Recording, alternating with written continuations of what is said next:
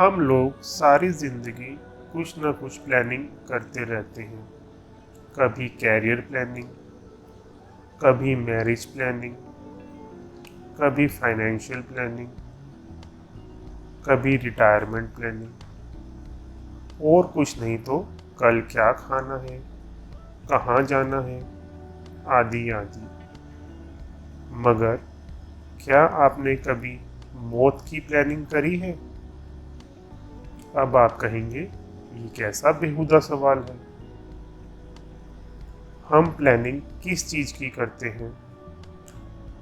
हम हर उस चीज़ की प्लानिंग करते हैं जिसका भविष्य में होना निश्चित है, मगर वह कब, कहाँ और कैसे होगी ये हमें ज्ञात नहीं है। जिस चीज़ का फ्यूचर में होना तय है, पर वह किस रूप में हमारे सामने आएगी वह अनिश्चित है।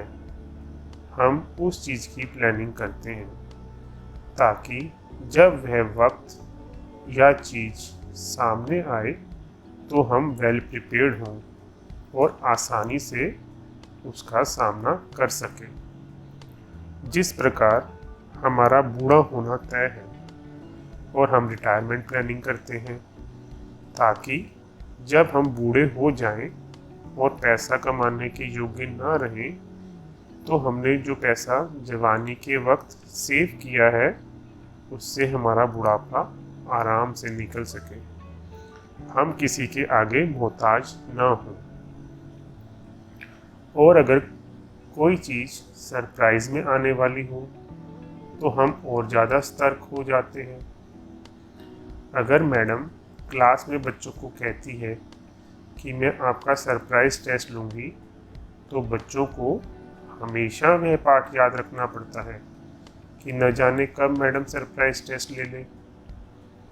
ठीक उसी प्रकार इंसान को आदमी भी कहा जाता है। आदमी का क्या अर्थ है?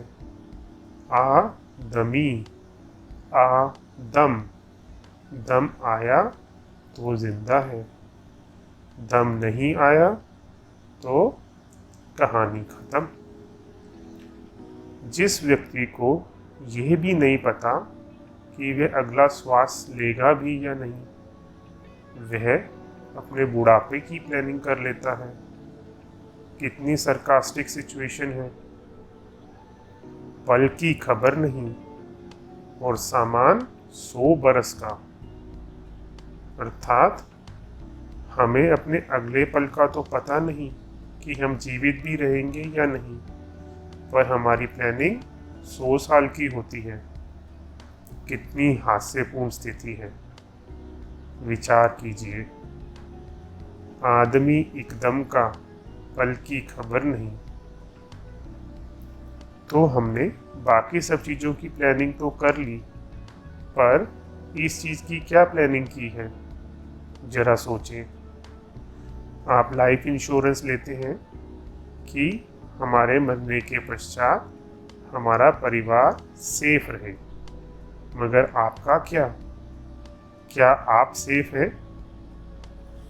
मैं ये नहीं कहता कि आप बाकी सब प्लानिंग ना करें, मगर जिस चीज़ का सरप्राइज टेस्ट है, आपकी सांसों का, जो कभी भी बंद हो सकती हैं, उसकी भी तो कुछ प्लानिंग होनी चाहिए।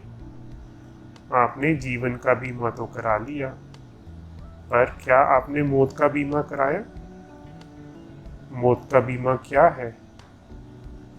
मौत का बीमा है राम का नाम, उस प्रभु का नाम, उस ईश्वर का नाम।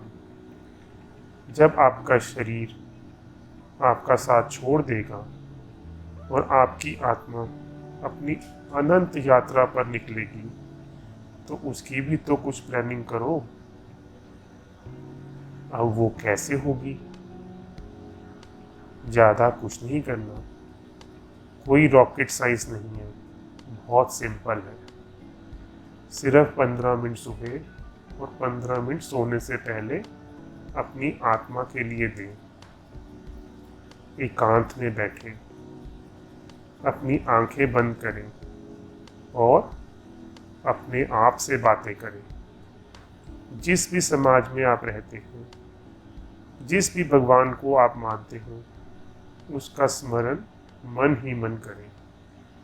बोलना कुछ नहीं है, सिर्फ मन में स्मरण करना है।